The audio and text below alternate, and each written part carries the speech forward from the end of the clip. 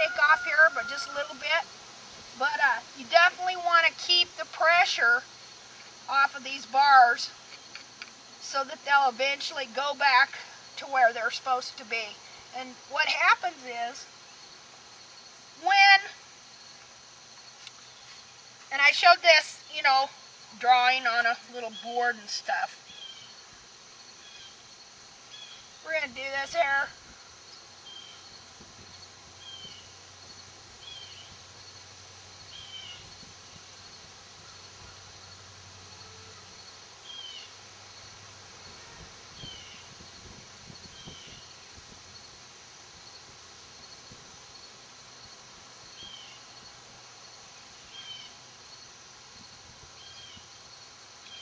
Okay, when the bar lays over, like that,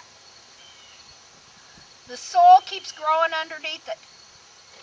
The sole has to grow someplace, so what it does is it takes the path of least resistance and it starts pushing on the outer wall, to where then the wall will start coming out into a flare.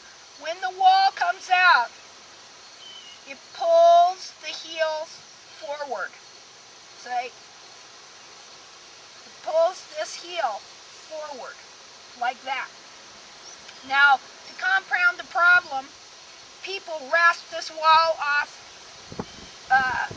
up a third of the way and thin it out. That just takes the strength away. And you get what's called a bell flare, or what it is the hoof wall is buckling outward, like this. Well, then people think they got a flare and they start rasping that off. Again, makes the hoof wall thinner. It gets worse. It starts buckling. Eventually you get a quarter crack right here. So take your time. Now you want to make sure that you haven't got, if you've got underrun heels or something like that, you want to make sure that you haven't taken the quarters down so much that your horse is just standing on a little ledge here. Be like this. A lot of times in trying to take these quarters down, you just take the quarters down barely to the sole. What happens is, then they wind up, you got a horse with underrun heels anyway, and then you take the quarters off, and they wind up walking on their heel on something like that. Well, that's just a little point there. That's just going to shove it up under there further, like so. So, I want you to notice on Molly's foot here, she's got an even base to walk on. But nothing's too long that it's going to be catching the ground on the edge and pulling out, really.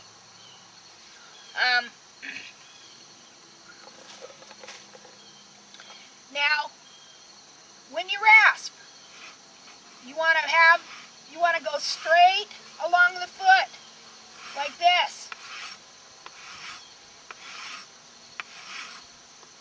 We're just going to rasp down her heel just a little bit so you can see a clean triangle. I rasp that way, and then I rasp this way, but you keep your rasp flat on the foot. Don't be doing this. Keep your rasp flat on the foot. Let the rasp do the work. Just pull it easy.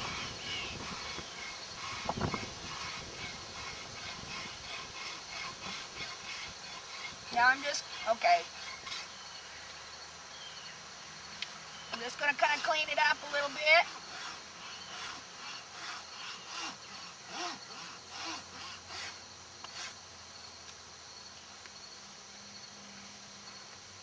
Now I'm going to renew my roll at a 45-degree angle. And you know, they're always talking about making the hoof wall the same width or thickness all the way around. Well, that's not something you want to do either. Because if you have thin walls here on the side, now you can see how Molly's wall is thinner here than here, and how this bar is laid over. See what I mean by it pushing it out like that? Pushing the wall out. Okay, now, okay, look at the level of the thickness here. I don't want to thin my wall out that much, clear over to here and stuff. Rather, I want this all straightened up and this wall coming in with the same amount of thickness as this is. And what I see people doing is thinning these horses' walls out so that they're barely walking on a paper with the wall, hardly. You don't want to do that. Now, where it's real thick, like right here in the toe, I'm going to just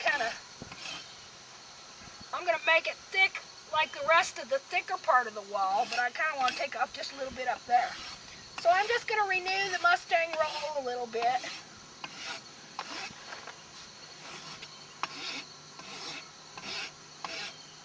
Not taking off a lot, just so the hardest part of the outer wall is not hitting the ground.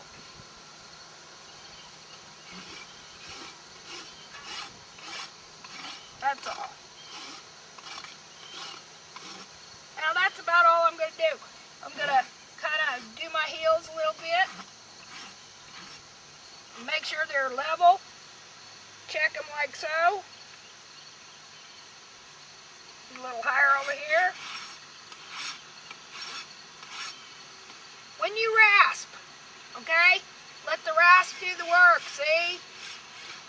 Like so. Keep your, you want things level. When you do your heels, come like this. Turn around, come like this. Make sure it's level here. Level here. Check it down like so. Look at the distance on both sides. Get it as level as you can. And then just do light roll. Go around just like that. Oop. Just a little bit.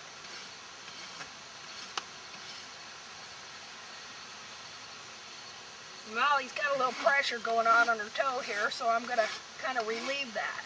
I can tell because there's a little bit of blood there. She's got such strong, hard hoof walls.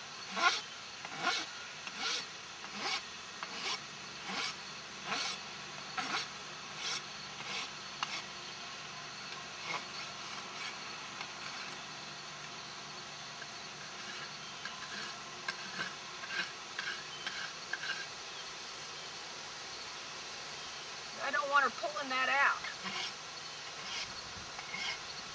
Okay.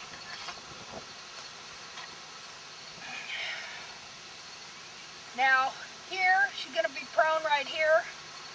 Pull some out, so I'm going to take a little bit off there.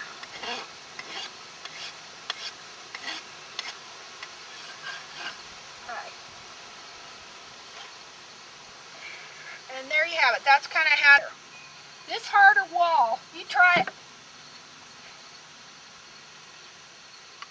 Try and take your hoof knife on it. It's hard.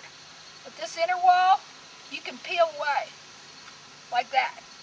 That's why you want to maintain as much of this harder outer wall as low as you can to keep that hoof together.